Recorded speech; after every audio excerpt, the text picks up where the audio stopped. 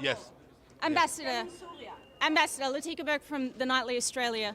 Our Prime Minister is going to tell the UN that one of the reasons they are recognising Palestine is because of your continued settlements in the West Bank and settler violence.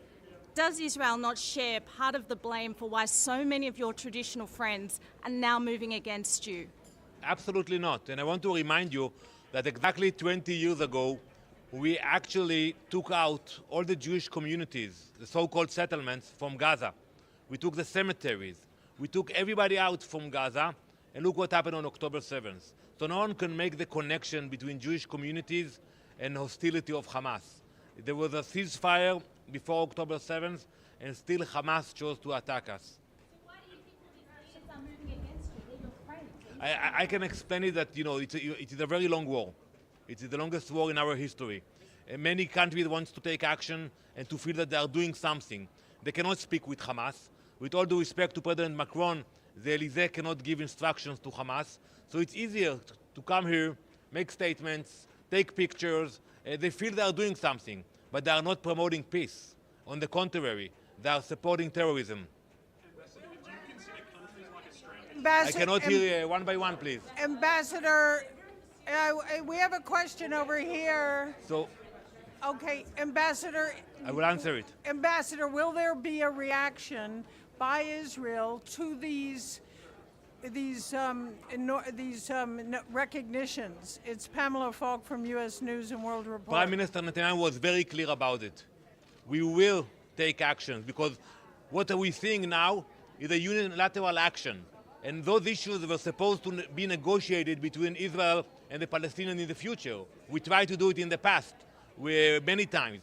But to come to the UN and try to bypass it and grant recognition unilaterally, there will be consequences for that. Regarding the question of Syria, there are talks with Syria. We are waiting to hear President Giuliani words on Wednesday, and I'm sure you're going to hear also the Prime Minister words about this issue as well. Mr. Ambassador, is yesterday's formal recognition is yesterday's formal recognition by the UK of the State of Israel on par or even stronger endorsement compared to, say, 108 years ago when the same country endorsed your country to be the State of Israel effectively? So I want to remind you what happened when the UK actually, the British mandate was over and a vote came to this building to recognize Israel and an Arab state. We said yes, we grabbed the opportunity. The Palestinians said no, they rejected the opportunity. So no one can blame us for that. And I think, some countries will say that they will not recognize the Palestinian state until Hamas will be out of the game or until the hostages will come back. But they have to look at the reality. There is a very weak leadership today to the Palestinians. In Gaza, there is no leadership. Hamas will not be there.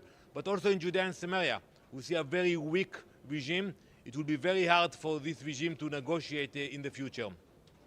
You said that there will be reaction